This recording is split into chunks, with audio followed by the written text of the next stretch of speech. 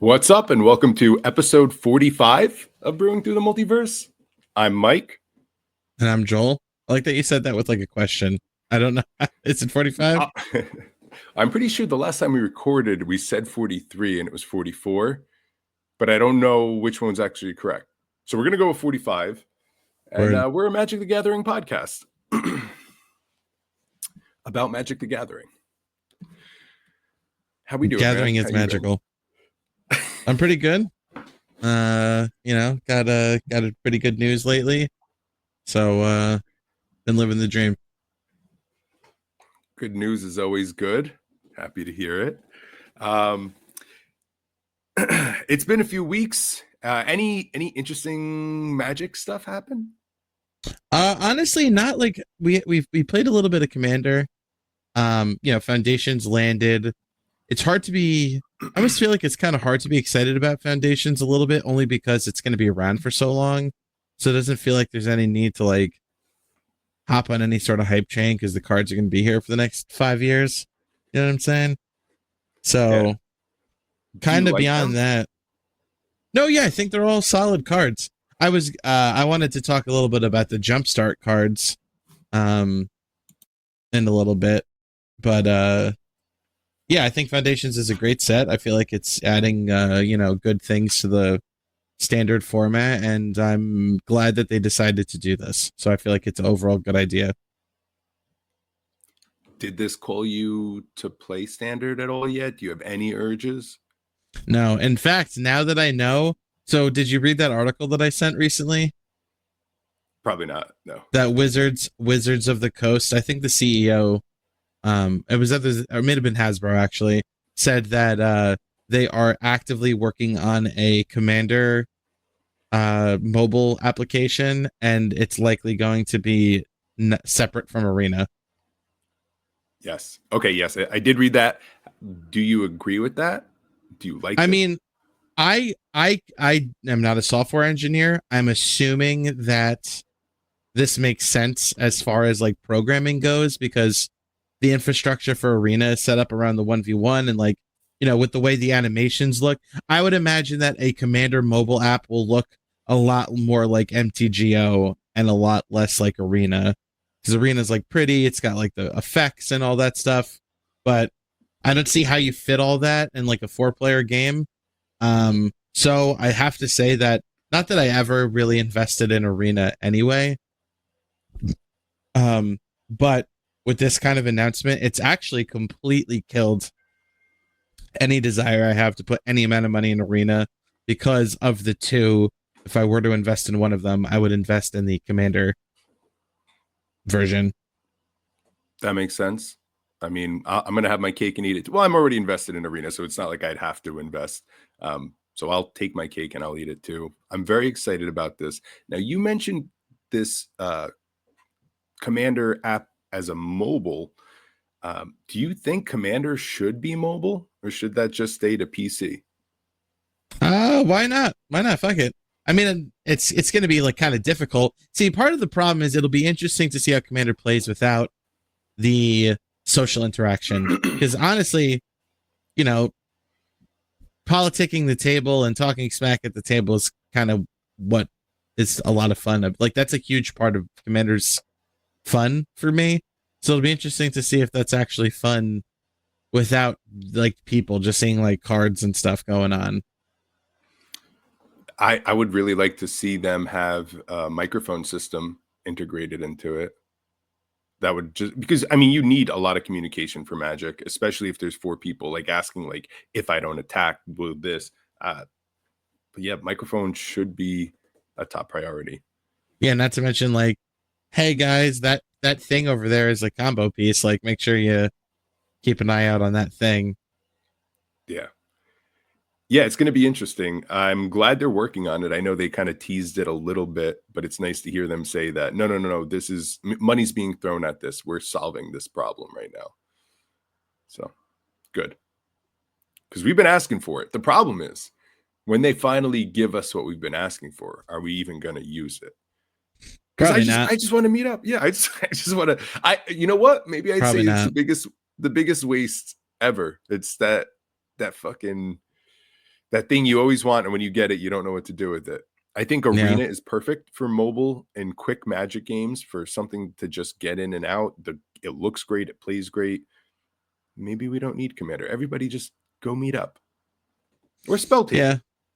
I'm seriously more and more looking at Spell. I didn't realize Spell Table, I think Wizards is directly involved with. I thought it was like a neutral third party, but I think is Spell Table Wizards' product? I don't think so. Maybe somebody bought it out, but I don't think so. No, But I have yeah, a way to powered stop by it. Magic. Wow, okay. It's a Okay, Wizards so then product. All right, this makes it even easier. Here's what they got to do. Release a digital commander package, and it comes with a video camera and a microphone and a stand set up specifically with a mat. Have the whole package that we can buy to set up to play digital Magic at home. And you can have 3 different versions: the basic, where it's just like a basic setup, then there's one with a nicer camera and a nicer stand. And let us make it easy for someone like me who has no idea how to set this up. Just let me throw $150 at it, give me all the pieces I need, and now I can access this and play. That's Yeah, what starter kit would be cool. I mean, realistically, it seems like you just need a webcam that isn't awful, and then some way to have it point down at a table. Right. That's So what have I'm them make interested a- in, actually. Yeah, the little stand, like a little, you can Yeah. screw it together with an Allen wrench, and then you got Yeah. a little table stand. Yeah, definitely. That's all they need. That's all they need. And they could sell it with their little, brand on it. I'll pay an extra $20 to buy it from Magic. And then if you Great. buy it, you get a little code, and you put the code in, and some flair happens. I was gonna say, quick throwback story is that when I was in grade school, middle school era, I used to play Yu-Gi-Oh over AOL. That's very trusting of your friends. It wasn't with my friends; it was with random people on the internet. Oh my God, you must have had perfect draws every turn. I'd be a liar if I didn't say that there were a couple times when I may or may not have had an answer, for something, but I would say I was like 90% honorable and 10% like. Right. There's also times when I knew for a fact, like, the opponent, like, yo, you really had this thing. But in the mid 2000s, like, or early 2000s, like, what would you really have to do? You know what I mean? Like, I used to go on like right. Yu-Gi-Oh forums, and then they had like the not Discord groups, but it was just like, hey, add this person and you can play. So That's I've been cool. through the ringer before. Yeah, it makes sense. And I guess, yeah, you are going to play pretty honestly. You took the trouble to sign in and find people and everything. Let's just have a nice, fair game of Yu-Gi-Oh. I would like to see that with Magic. And you get what you get. So for then, no, you didn't have cameras. Now we do have cameras. So Yeah. let's use them. Let's utilize it. So here's how you know that we have been slipping. I haven't cracked a beer yet. Or Oh mentioned a my beer. God. So let's take a moment to apologize to the listeners that have been here. The for audience 45 comes episodes, for Seth. one thing. Yes. And it's to listen to this crack. Oh, That's a God. good one, though. Nah, I hope. This is this is District 96 from New York.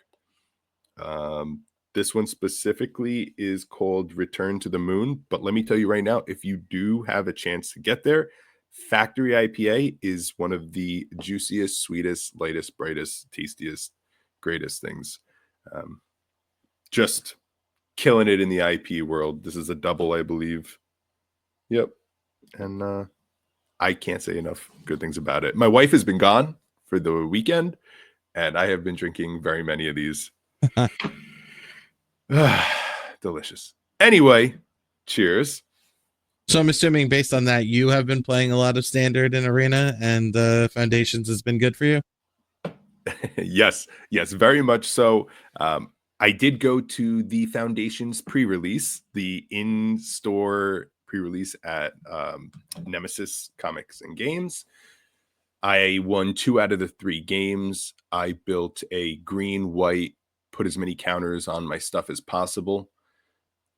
There is a 1 green enchantment that I gotta say did a lot of work for me. I don't know how it would do in standard. I'm sure there are builds for it. But at the end of the day, it did the job. I'm looking for it here. So it's one green, green enchantment. At the beginning of your end step, choose one, put a 1/1 counter on target creature you control, or create a 3/3 raccoon creature token if you have a creature with power 4 or greater. It's called Sylvan Scavenging. And it did so much work. So end of turn, you get the counter, which is nice. You get something happening that turn. And then if you have like a 3/3 that goes to a 4/4 on your next turn, you just start making 3/3s every turn. And in limited, just free 3/3 bodies was a sure thing every time.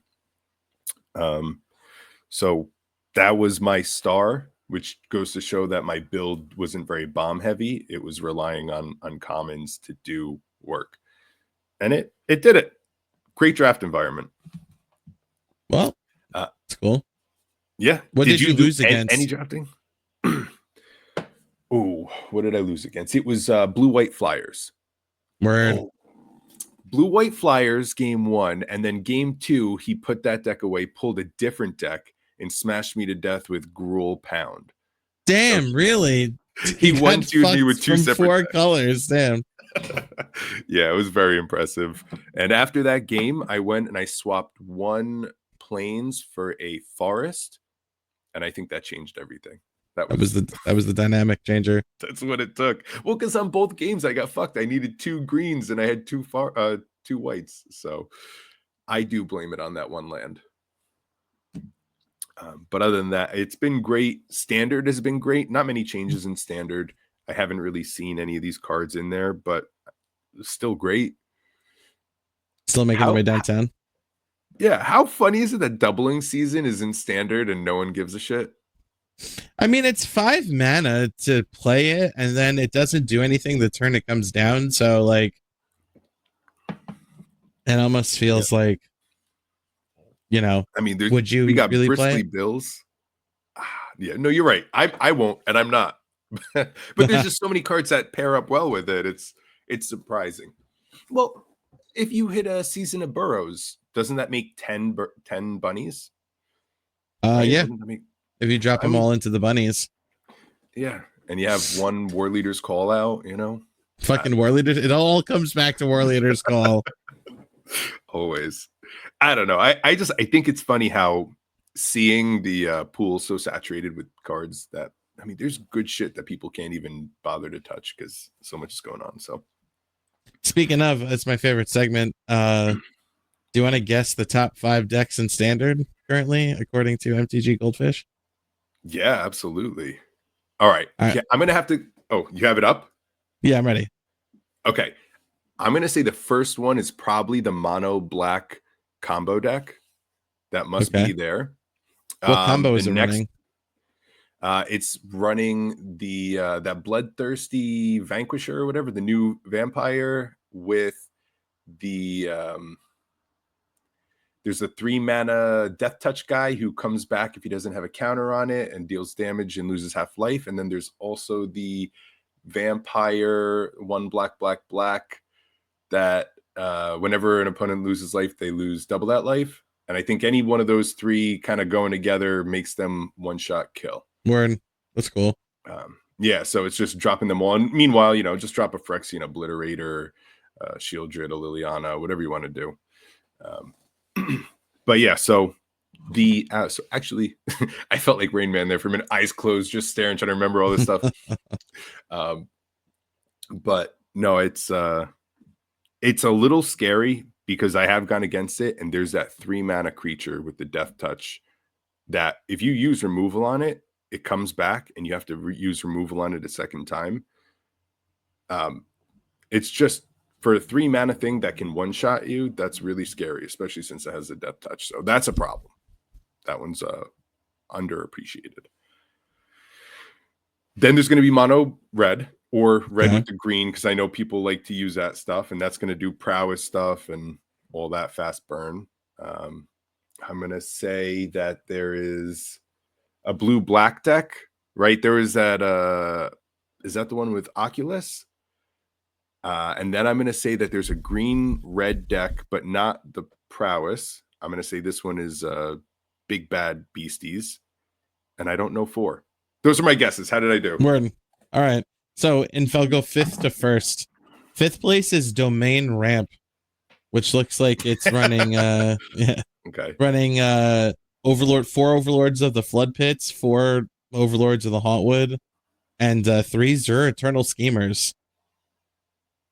So it's running Zur and actually also 3 Overlord of the Mistmoors. So this deck looks pretty fucking cool.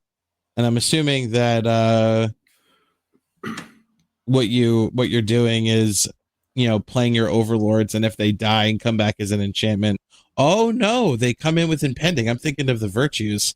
So come out as enchantments with Impending, and then Zur can turn them on for 2 mana. That's right. Troy is playing this. When I was talking to Troy, he's doing this shit. Yeah, this Very is pretty crazy. fucking cool. Also running Herd Migration. So I don't know if that's really the that seems like a weird. This card doesn't seem great. Hold on. So have you seen Herd Migration ever? Yeah, but it's not a card I've read. So go ahead, read it out. Yeah, so 6 and a green, so 7 mana for a sorcery, Domain. Create a 3/3 beast creature token for each basic land type among lands you control. So at best, in this deck, you're gonna get 4 3/3 beasts for 7 mana. There's got to be a way to cheat it, right? I don't know. I am very interested into why that's the top end, because that doesn't seem too good to me. For 7 mana, just use like for 7 mana, even if it was like, I feel like most of the time you're only going to get 3 3/3 beasts. Yeah. So what can you read Zur specifically what its abilities are? Okay, so Zur Eternal Schemer is Esper for a 1/4 flying. Enchantment creatures you control have Death Touch, Lifelink, and Hexproof. And then you can pay 1 and a white. Target non-aura enchantment you control becomes a creature in addition to its other types and has base power and toughness equal to its mana value. This is a weird deck. Yeah, it's really interesting. I mean, I think it's super cool that like you play Zur and then like, you know, Overlord of the Mistmoor suddenly becomes this fucking 7/7 enchantment creature with Death Touch, Lifelink, and Hexproof. But it's the Herd Migration that's really throwing me here. Yeah, I don't know about that one. Maybe it's just how they want to stomp. I don't know. Is Calyx in that deck? Calyx Guided by Fate? Only creatures are the 3 different Overlords and Zur. Okay, so then that's it. That's how they beat face. Well, I guess also with up the Beanstalk out, they're running 4 up the Beanstalk. So, you know, you play Herd Migration, and not only are you getting 3 3/3s, you're also drawing 3-4 cards, 3 to 6 cards, depending on how many up the Beanstalks you have out. Well, there you go. Interesting. So I think that's pretty cool. That's a cool deck. I like that a lot. Yeah. Next up in 4th place is Mono Red Aggro. Obvious. Okay. It'll always be in the top. One thing I found interesting is that Screaming Nemesis actually in MTG Finance World, Screaming Nemesis has spiked up pretty hard price wise. I think people finally kind of got turned on to how good it is. That's the one where if it deals damage to an opponent, they can't gain life for the rest of the turn? Yes, and also that it deals that much damage to any other target if it's dealt damage. Oh, cool. Yeah, that's awesome. That's a good one. Yeah, so I wish cool. I wish I grabbed one. You didn't open any? No. And it was cheap, so I was like, I don't need to order any. But how high did it go up? Like $5? Is it $5? Let's do the money check. It is like $30 a card.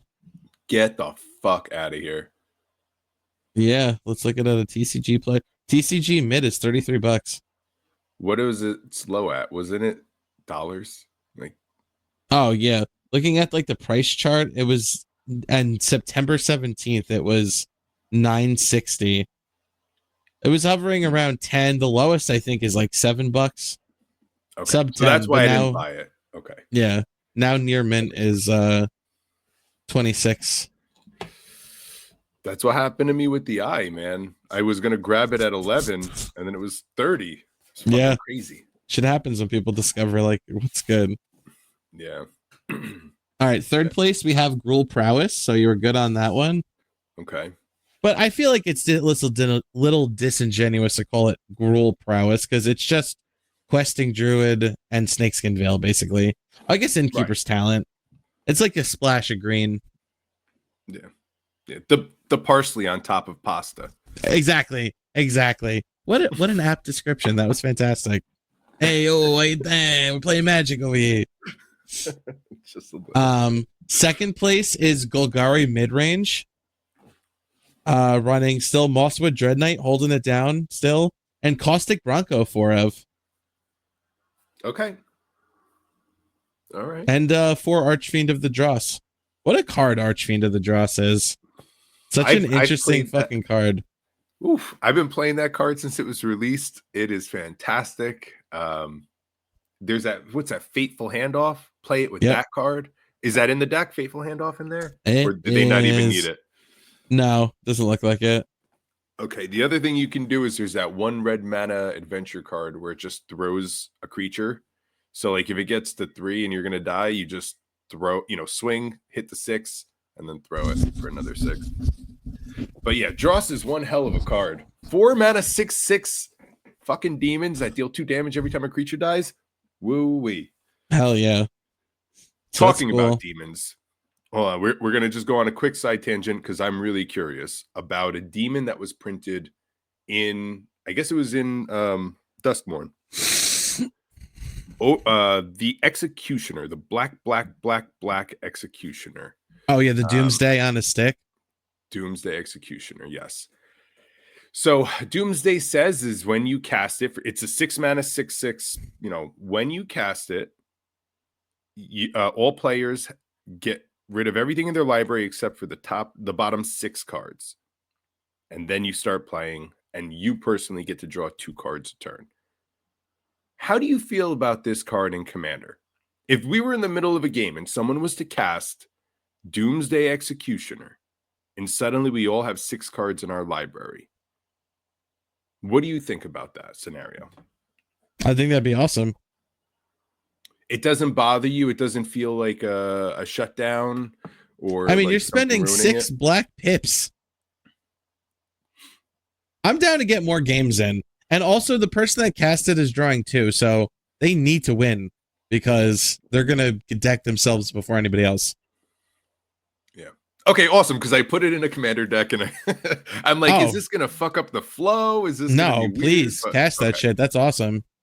Okay. It's a clock. It's a clock for everyone. Yeah, and obviously, the game of it is casting that at the right time. Yeah, I got to make sure my board is in a decent state and then cast it. And then there's always that chance that someone just board wipes, and now we're all fucked. They're all fucked. Yeah, choose chaos. All right, cool. You mentioned demons, and when I put it into my deck this morning, I was like, I don't know if this is the right call, but 100% the right call. Yes. Cool. All right.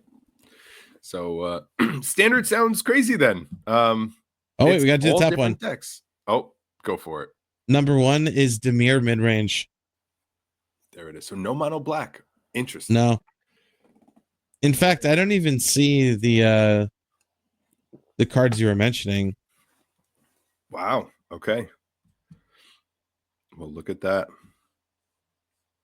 I'll here, let me read out those 3 cards just so people know what the fuck I'm talking about here, because like I said, I just stared in the sky and started listing stuff. Bloodthirsty Conqueror is the one that whenever an opponent loses life, you gain that much life. I don't know. Fucking figure it out. Whatever. I don't feel like pulling up that much stuff. That's amazing. Yeah, I tried. I pulled up one. It was too much work. Anyway, what's Dimir doing? Just Dimir shit. It's got the fucking Spyglass Sirens, 4 of those, making map tokens, Deep Cavern Bats, Fairy Masterminds, 2 Shieldreds, 2 Kaidos, Bane of Nightmares. Um, a bunch of removal and counter spells. Into one enduring curiosity. Pretty sure the schism. Okay. That sounds Pretty fun. That standard, sounds just Demir annoying to shit. play Yeah. against. Yeah. So that's the top 5. All right, cool. Well, I do want to shout out one thing that Troy was doing that kind of is nasty. So he's playing Zur and he's playing Calyx, guided by fate. So that is a legendary 2/2 for 3 mana, 1 green white. Whenever fate or another enchantment enters the battlefield under your control, put a 1/1 counter on target creature. So it's a 2/2, but it's an enchantment. When it enters, it could become a 3/3. Whenever Calyx or an enchanted creature you control deals combat damage to a player, you may create a token that's a copy of a non-legendary enchantment you control. Do this only once each turn. So you can get Calyx out as long as you deal damage. You make a copy of one of your enchantments. Calyx is technically enchantment. Every time an enchantment enters, you get a 1/1 counter, all that good stuff. So that's all cool. The big card that's doing the dirty, and I've seen it a lot in standard, is Sheltered by Ghosts. Okay. Interesting. So it's 1 and a white, enchantment aura. It's an uncommon from Duskmourn. And it says enchant creature you control. When Sheltered by Ghosts enters, exile target non-land and permanent, an opponent controls until Sheltered Ghost leaves the battlefield. Enchanted creature gets +1/+1 and has lifelink and ward 2. Oh shit. So for 2 mana, this thing comes in, it pumps something to 1/0, lifelink, ward 2, and it's an O-ring. So a 2 mana O-ring on a non-land permanent that's equipped to the creature, but that creature gets ward 2 and lifelink, and then when Calyx deals damage, you get a second one of these. So like for 2 mana, you get rid of the one creature that's gonna block, you swing, you deal the damage, it triggers again, you get rid of something else. And now you've pumped 2 with Calyx because 2 enchantments entered. Whatever's equipped by it has +2/+0 and ward 4, lifelink, and you got rid of 2 of their things. It's it's wild. Sheltered by Ghosts. If you were playing white in standard right now, put a Sheltered by Ghosts in your deck as long as you have 10 creatures in your deck. I promise. $2 uncommon also. Yeah. Sheltered by Ghosts, one hell of a fucking commander card. Yeah. I mean, put it on your commander. Your commander now has ward 2. It has lifelink. It has +1/+0, and you got rid of something. Fucking awesome. Pretty fucking good. Yeah. Big fan of that. Props to that card. Yeah. Shout out to Troy for always finding those 2 mana uncommon white cards that are just killing it. This Troy in general with the random like sub cards, because he pulls out some things when we play, and I'm like, I forgot that existed, and it's effective, and just like different removals and like draw spells that I don't think of. Yeah. He's a very unique builder. And I'm trying to work on getting podcasts with him. So hopefully you guys get some Troy coming up soon. Nice. So hell yeah. The Troy cast. It'll be here. But all right. So yeah, standard. I love it. You guys should play it. It's a good time. But anyway, let's get to the good shit. Let's get to some commander, man. Didn't you have a deck you wanted to share? From standard? Are you playing a new deck or no? Oh, all right. Let me pull up the standard real quick. I'm playing a bunch of stuff. Nothing really worth shouting out. Okay. I built a doors deck where you win by having 8 different doors. Opened up 8 rooms. Word. 5-color rooms deck. That's very fun. You know what's really cool with that is there's that ley line that if you put it out, your lands tap for any color. That's in standard still. That's a fantastic card. That's new. How new is that? Isn't that from like Duskmourn or something? No, I feel like that's maybe. I don't know. I feel like that's been in since the Praetors and such. Maybe.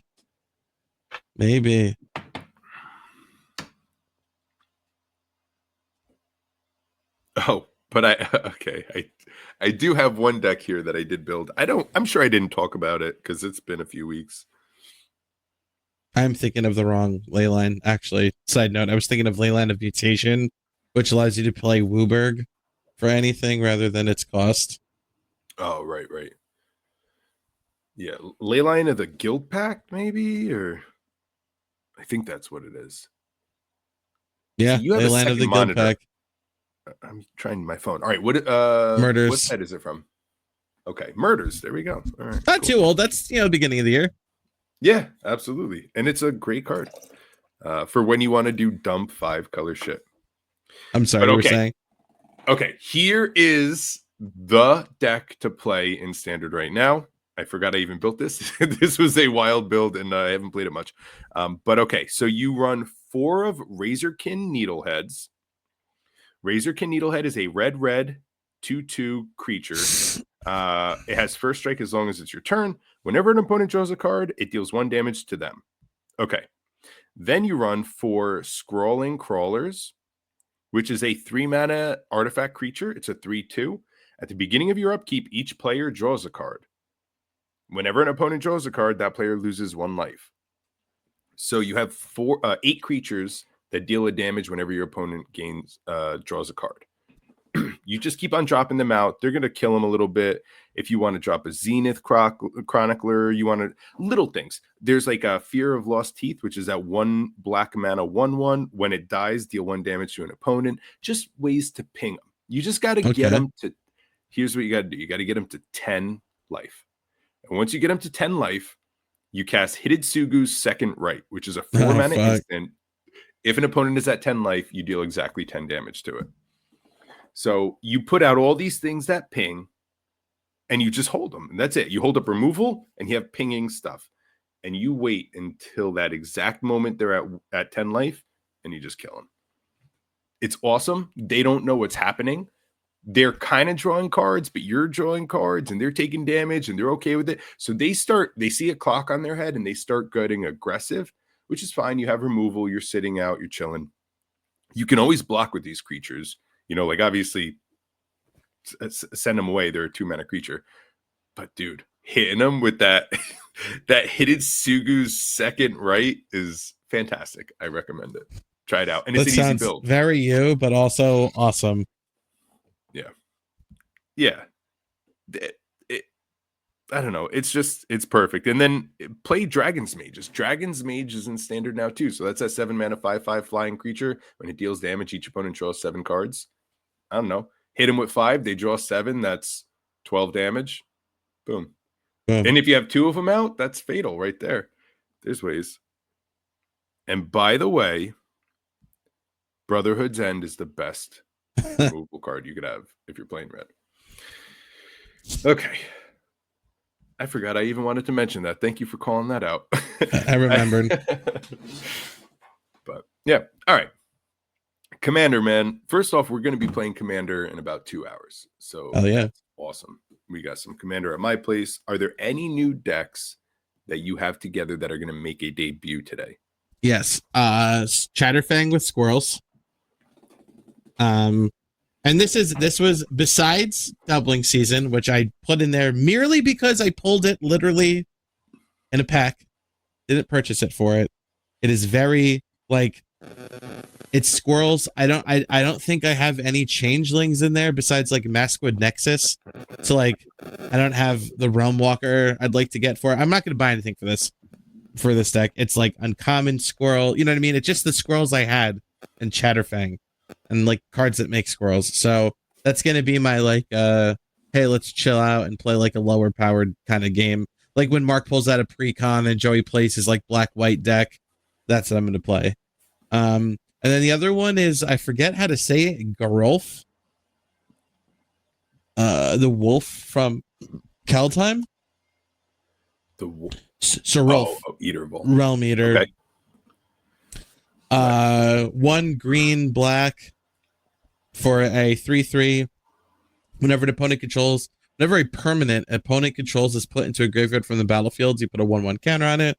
At the beginning of your upkeep, if it has 1 or more 1/1 counters on it, you may remove all of them. If you do, exile each other non-land permanent with converted mana cost less than or equal to the number of counters removed this way. So that's going to be fun. Yeah. I'm excited to see how much animosity you draw towards yourself for that. Instantly. Yeah. This could be a Yeah. play it once and put it away kind of thing. Well, because this No, is the at issue. least 3. This is the issue. So I went on a building spree. I remember I mentioned a couple weeks ago that I was editing all of my decks. Through editing all my decks and breaking some other ones up, I realized that, just had a bunch of cards laying around. My Cormac deck was built out of that sort of thing. This was another one where I had all of the pieces that were in Turgrid, all like the sacrifice cards. They don't have a home. I have like the Flare of Sacrifice from like Modern Horizons 3, Season of Loss, just like all these random things that don't have a home. So I had pulled this actually, I think, like in a whatnot like thing. This was like one of the rares that were given to me. So I was like, why not? There's got to be a home for this. That's the only reason why it exists. I need to put Plague Crafter and shit in here. That's the best reason right there. Yeah, absolutely. Why not? Yeah, that's awesome. So I'll play it and we'll see what happens if anyone likes it. Yeah, we're at a stage in our Magic the Gathering life where we have decks that we love. We know what we like to do, but at the same time, it's these new decks and these fresh builds and interesting things that keeps everything so interesting for us. So like we are building some weird stuff now. We're testing it all out, and nothing's better than sitting down at a table with a fresh deck, sleeved up, and no idea where it's going to go. Yeah, because the decks we do play all the time, like we know how they're going to win to some level. We know what's going to happen, and that's why we love them so much. But also, I'm looking for a new adventure. I need some spice. I need some spice here and there. That's it. Yeah, we're buying a wig. We're gonna do some role play. Let's get weird. It's fun. Yeah, it's fun. It's a good time. The only other deck that I'm very excited to play that quickly has grown on me from like something that I wasn't gonna really do anything to now one that I'm like actively interested in is my Mothman deck. I really love Mothman as like a pseudo mill kind of deck. Yeah, super fun. And even just tracking the radiation and watching everybody go through that trigger, it's always interesting because now suddenly they're worried they're going to get rid of a card they really need. Yeah. Normally someone's looking for a land and you see lands dump and now they're mad and you're eating like some damage now and then. Yeah. And then Mothman just gets fucking big and he's flying, so that's cool. Yeah, radiation probably had to be the coolest thing that came out of Fallout. Definitely better than junk tokens. My junk deck is having an issue, but I like your junk deck. I feel like your junk deck goes off now and then. Me too, but it never relies on junk. It relies on casting things from exile. So I call it junk, but it's cast from exile. It's fine. But radiation decks, I mean, they're radiation decks. You know what I mean? So that's there's only so many cards. Yeah. So I don't know, but yeah, that's I think your radiation deck is kind of my Henzi, where it was just a pre-con I bought. I was like, okay, let's try it out, and fell in love with it deeply. 100%. Yeah. And Zimone. I mean, I forget I even had. So, okay, here's the thing. We're playing today. I have my list right now. First thing I want to do is I want to play Keep the Cage Brawler because I haven't played her in a while. The next thing I want to do is I want to play my mono black deck because I've done so many edits to the mono black deck. What's it? Your fake artifact deck? My fake artifact deck, which has more artifacts, 20% more artifacts now included. So like I want to play her and I'm looking through and I'm like, okay, well, I got to play frogs because I built frogs. I still haven't had frogs frog yet. But it's like I still have Zimone, which hasn't been played. I still don't you think I don't have Goldberry ready for today also. I have it's just there's so many fucking decks, man. So today we have to play aggressively. It has to happen. Yeah, I'm down. Yeah. At least 6 games. I don't care if I have to lock the doors. We're getting 6 games in. I'm in wholeheartedly. I'm going to try to do 3 newer decks and 3 older decks. Perfect. Yeah. So, yeah, just too many decks and never enough time to play. One day I'll cut them down. It's just so hard because I feel like everyone I see, I'm like, I love this one though. I know. But Perforos being gone is a little sad for me. But I built here. I have too many decks. Also, I just built Obeka. Obeka has been 100% ordered. What? Uh, yeah, she's almost together. She's I thought that was really, not going to happen. yeah. I was gonna not build Goldberry to try to build Obeka, and then I just built Obeka, and I'm still forcing Goldberry. So, yeah, just everything. But I went all in on Obeka, so it's gonna be a good time. Word. But yeah. Well, yeah. Besides land base, 0 money spent on land base. Hell yeah, that's the way. $300 spent on Magic cards. That's the way. Yeah. For me, I'm sure working on. I have Cap in the works, Captain America. I have all of the Marvel ones though. I don't know if I'm going to make any of the other ones. Maybe Iron Man. Need something to put artifacts into, because when I was talking to you about, we had a conversation about like what I should put my last Forcible in, because I've divested myself of blue staples besides 1 copy of each, and they're not in anything currently. But I really like a Layla. I feel like a Layla is a more fun deck that has the chance to be like pretty strong. It's the goad. I feel like the goading is pretty cool. Yeah, I guess there's enough happening and some defense. Yeah, okay, yeah, read it out. But yeah, it's got a lot going on, and then it says the goad. All right, yeah. So audience color. Wanted to use my counter spells in something. Wasn't sure what deck to have. I don't really play. I do have decks with blue in them, but they're like it's 3-color decks, or my Simic deck where it's more about playing big shit than it is about like countering spells. So like that's why none of this have a home. So I like a Layla Cunning Conqueror. It's 2 blue and black. I think it's from a Wilds of Eldraine precon. And it is a 2/4 flying. Whenever you cast your first spell during each opponent's turn, you create a 1/1 black fairy rogue creature token with flying. And then whenever 1 or more fairies you control deal combat damage to a player, go target creature the player controls. So you just make a little bit of fairies. You play on, you play your flash, you play your, so instant speed shit, and make a bunch of little fairies and poke everyone and goad their shit so they don't swing their biggest thing at you. Boom. You can't beat it. I love that it's like it's a very fairy thing to do. So it's not very blue-black in my opinion. Like goading sounds like something that maybe, red or green will do. But like the idea of these fairies causing mischief and everybody in a ruckus fighting each other while more fairies are being brought in seems so on flavor and on point. Yeah. Just like pulling someone's hair and disappearing. They turn around and punch the guy behind them. And it's like, haha, it was a fairy. You got to alter this into a spren, some sort of spren. Oh, damn. Yeah. Give me a Sylphrena spren on here. Oof. No, you got to save her for something special. This is just some normal spren, or leave her there, but just put some spren around her, some simple spren. That's my problem for my tattoos. When I finish this arm, I think whatever vacant space, I'm going to have spren flying around. Different kinds of spren. I love that. Yeah. I love that so much. Absolutely. But yeah, that should be good. Okay, so you're goading in blue-black. You're fairying. Is it fairy tribal? Because I know you're doing this for counter spells. So is this fairy tribal, or are you going to just go to some sort of control method? I am going to keep it fairy tribal light.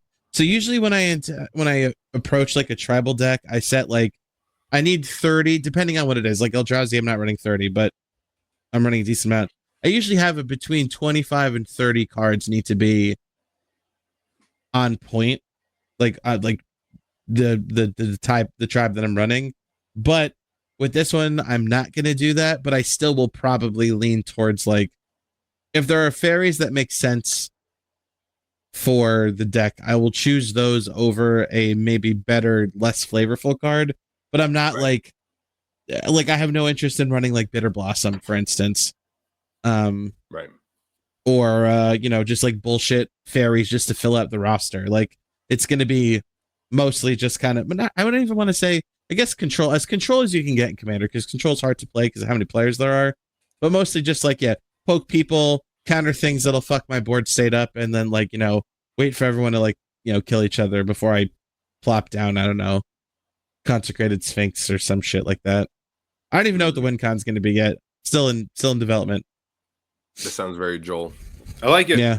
I like it. That'll be a fun build and a fun play. I can't stick on blue black decks. They just don't stick for me. But this sounds like that'll be a good time. And the only other deck that I have in the works too is Kadric Soulcaller, the Boros deck we talked about on our Colors We Don't Play. Oh, it's in production? Yeah, you're going in? I think I'm waiting for Black Friday's coming up, and TCG Player is offering, I think it's like 13% cash back on all purchases. So I have the list built out. I have the cards, that I have separated, and I'm just gonna order the rest on Black Friday to get that sweet cash back. Nice. That's exciting, dude. That's what I'm excited for. There's something about, listen, I like the fairies and everything. There's just something about blue specifically, especially when you're like counter crazy. It's like, okay. Not exciting. With some Boros shit, I'm in. Yeah. Boros Legends, dog. Yeah. That'll be a good time. And I hope there is a balloon man in there. I hope it does its thing. 100% so many triggers that can do. So I'm excited. What about you? Anything that you're interested in building? Let me just say, the Boros, we're in it. As long as you play this before January 1st, you participated in Year of the Boros. So congratulations. Word. Let's wait all the cards to come. Yeah. Yeah. Well, we still got time. We got a month. It'll be there. And Lord knows holiday season we play our Magic. So, okay. So for me, no, there's no other building. The only deck that I've even considered building is, well, okay, hold on. This has been a few weeks. Let me first say, last time we had a podcast, I'm pretty sure I was about to play Goldberry. Yes. It was my mono blue Goldberry, tap the shit out of Goldberry and put as many surge counters on things as possible. We then met up and played. And upon sitting down and putting my deck laid out, Joel, you mentioned to me, hey, Goldberry can only take one counter of each kind and that she doesn't have. So not only can she only take one, she can't take any if she already has one of that kind, which in my mind, I read she could take all the counters. She's going to take all them counters and that's it. And she's just going to pass these counters around. She's going to train the counters and then fucking. That's not how it works at all. So we played the game. It was a rough deck because a lot of the cards needed me to be moving stuff.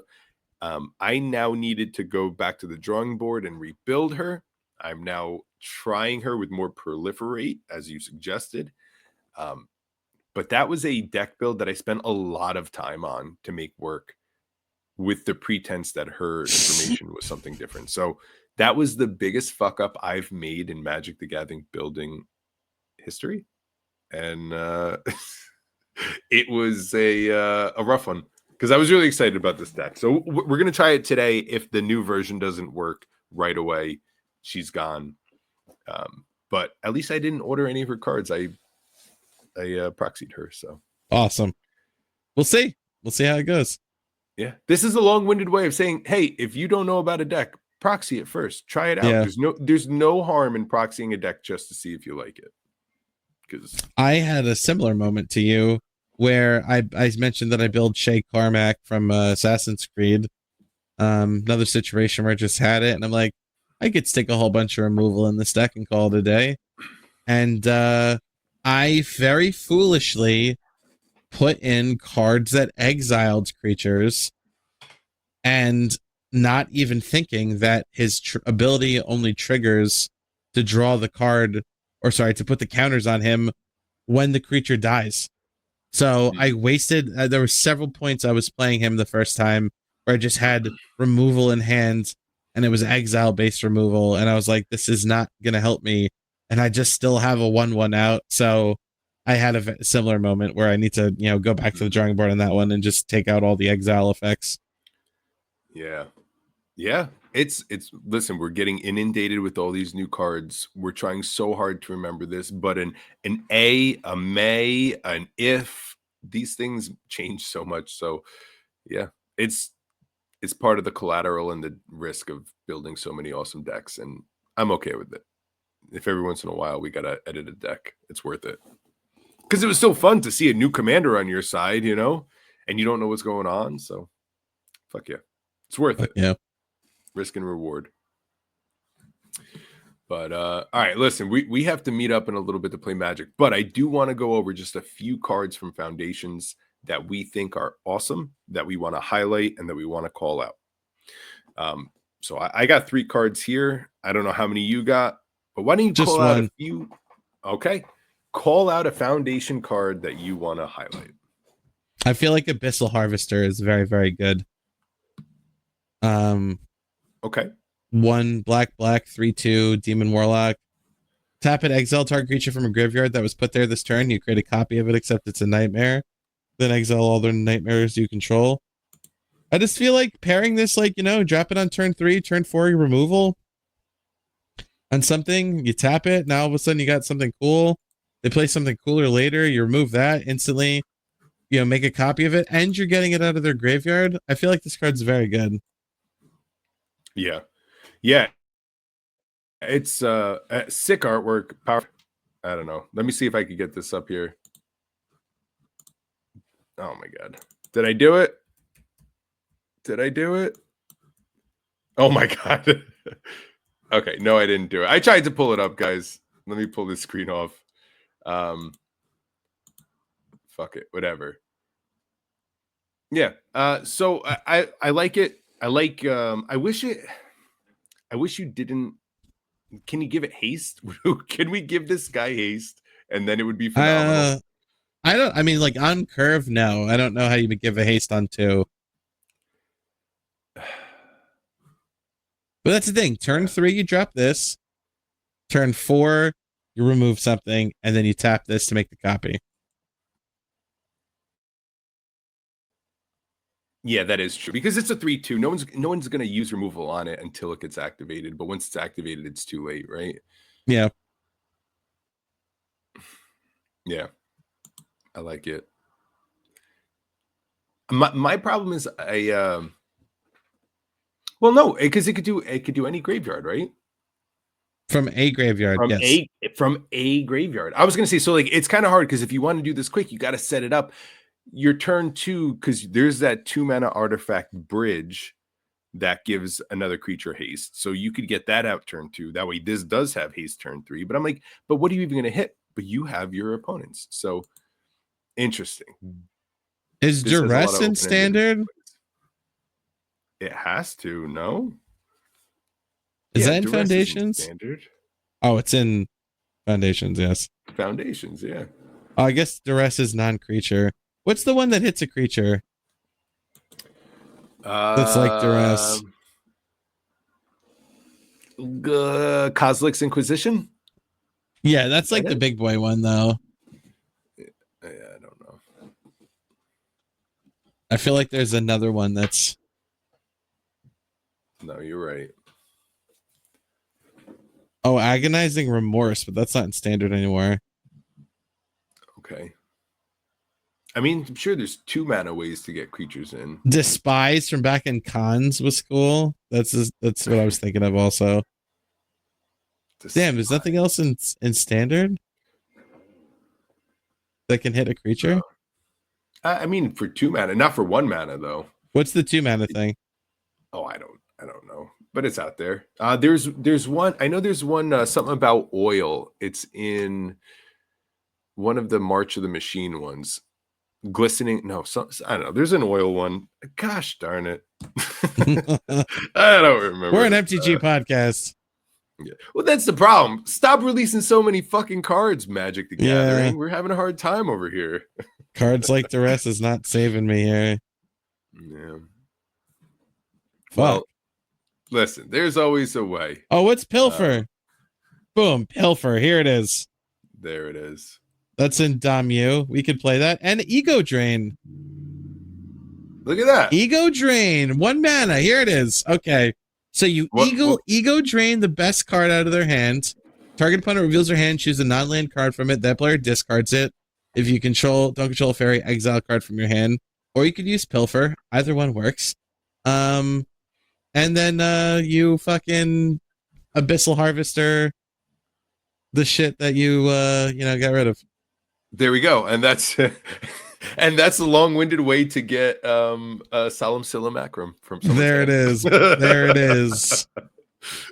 Value. No. Yeah, no. I love this because this is one of those things that you can have on the battlefield, and at a random time, once people have forgotten about this 3/2 that's chilling on the side, you kill a dragon, and suddenly you activate this, and now you have the dragon, and people forget. So hopefully this is a good, aha, I got you moment. That Harvester. Interesting. All right, what are your cards? I am going to call out the Quilled Great Worm. I guess I gotta fucking pull this up, huh? I gotta do this. Unless you want to, can you pull up the Quilled Great Worm? You are so tech savvy for me. I appreciate it. Quilled Great Worm. So this is a mythic from Foundations. Quilled Great Worm is 4 green. So it's a 6 mana 7/7 with trample, which just like so a 6 mana 7/7 for trample isn't as heavy as it can go nowadays, but it's still solid as hell. And it says whenever a creature you control deals combat damage during your turn, put that many 1/1 counters on it. So it must survive to get the counters, says the little text on it. But so when you swing with a creature, even if you swing with a Toski, that Toski is going to be blocked, but it's indestructible. It gets a 1/1 counter on it. The next time you swing with a Toski, it's going to get 2 counters on it, and now it's a 4/4. So like Quilled Great Worm can take a lot of green decks in Commander and just allow things to pump up. The fact that it itself is a 7/7, and when it swings, it'll get 7 counters on it, can cause a lot of triggers to happen, can grow a board. So it's whenever a creature. So it's not even just him, just it's all going to get this. It also says you may cast this card from your graveyard by removing 6 counters from among creatures you control in addition to paying its other costs. So as long as you get one good swing with it, there's a good chance you could bring this back just by removing the counters that were given to the other creatures on the swing. And then it's back on the battlefield and you swing again and shit keeps happening. It's nothing too flashy. It doesn't do anything too unique, but I think Quilled Great Worm is one of those, hey, this is a staple for the future of Magic the Gathering. Grab a grilled Great Worm, a Quilled Great Worm. Hey, I'll take a grilled Great Worm though. Sounds delicious. Grill it. Yeah. What do you think about this card? Is this worth putting in a generic green deck, or is this one of those that has to fit? There has to be a 1/1 counter synergy to it. I think there has to be a 1/1 synergy to it. Is a 6 for a 7/7 trample's not bad? No, I feel like it could go into a lot of things, to be honest with you. I guess I'm just casting it from your graveyard. Basically you can't, unless you put a bunch of counters on some shit. It's pretty cool. It reminds me of Vigor from Lorwyn. Yeah. Would you put this with squirrels? Yes. Right? Yes. No. Yes. No. Okay, No. so No. the way I see it is like if you have 3 squirrels and you put this out, it's useless because those 3 squirrels really ain't getting through. But if you have 15 1/1 squirrels and you leave this mama sitting out there, those squirrels will continue to multiply and grow ravenously. But at that point, just play Preposterous Proportions for the 6 mana or 7 mana and you win on the spot. So, okay, no. Don't put it in squirrels. Don't put it in squirrels. I am running Preposterous Proportions in Scrolls, though. Absolutely. I'm running it in frogs, too. Hell yeah. Got to give it a go. Got to give these fresh cards a try. All right. So, yeah, just a solid green card. And I already called Scrolling Crawler. That's at 3 mana at the beginning of your upkeep. Each player draws a card, and whenever an opponent draws a card, that player loses 1 life. I'd like to say that this is a good commander card just because it's like Howling Mind, except only on your turn everyone gets to draw the card, which is better. What's the card? And Scrawling Crawler. Scrawling crawler. Yeah. Word. Okay. So it's a 3-mana 3/2 artifact for Phyrexian Construct, so it can go in any deck ever built in Commander. At the beginning of your upkeep, each player draws a card. So everyone gets to draw an extra card like the thing, but it's only on your turn. So you get first dibs at that extra card draw. And whenever an opponent draws a card, that player loses 1 life. It's a great way of ticking down. So I like this. This is a good way of keeping Magic going faster, more card draw, but also life loss. So resources lost in life, resources gained in card draw, mostly in your advantage. You can't take damage. I think this is great. Just throw it in some Commander decks. Low-powered Commander decks, throw it in. I promise it's going to be a good time. Thoughts on these kind of cards? Do you like letting an opponent draw a card even though it's going to damage them? Or Pretty much never. Okay, fair. Well, give it a go. And then the last one I'll call out real quick because I know we're almost at an hour here is Leyline Axe. So if you want to pull that one up, Leyline Axe is a 4-mana artifact equipment. If this card is in your opening hand, you may begin the game with it on the battlefield. Equipped creature gets +1/+1 and has double strike and trample, and it's equipped 3. When you're looking to equip a creature, the biggest thing you're normally looking for is trample, lifelink, or double strike, and this has 2 out of the 3, and it could come out onto the battlefield for free, and it gets +1/+1. So let's say it's a 3/3, it gets +1/+1, double strike, and trample. Now it's a 4/4 with double strike and the trample. It adds a lot to a creature, and its equip is only 3. Not that this is like one of those premier equipments, but specifically, there's a few decks where you just need a creature to get like whenever it deals damage, X happens. Double strike is huge, and there's not too many equipments that do double strike. So I think Leyline is a good budget version of equipment that that'll give more value than you're thinking. No. Word, yeah. It's going to Captain America for sure. Yeah. There you go. That fucking double strike. Double strike. I don't know. I like double strike. Hey, double strike. Love it. You heard it here first. Such a double strike thing to say, saying it twice. Anyway, so we're gonna try to go back to doing the weeklies. It's hard. Let me tell you, it's hard doing it every week. It's hard. Life is crazy these days. We're not getting paid for this shit. My God, it'd be a lot easier if we had like money. Dude, $10. If I had $10 waiting at my table every time we sat down, it'd be easier. But at least I got a beer waiting for us and some good quality time with my buddy Joel. So yeah, we're doing it. But yeah, coming forwards, what is in the horizon for us in Magic the Gathering? What do we got? Next up is Innistrad Remastered. Liliana. More Lilianas. Yeah, so they already showed the Liliana the Veil, Edgar Markov reprint. Good. And good. Yeah, we'll see that. And then the next main set is Aether Drift. Cool. I'm ready.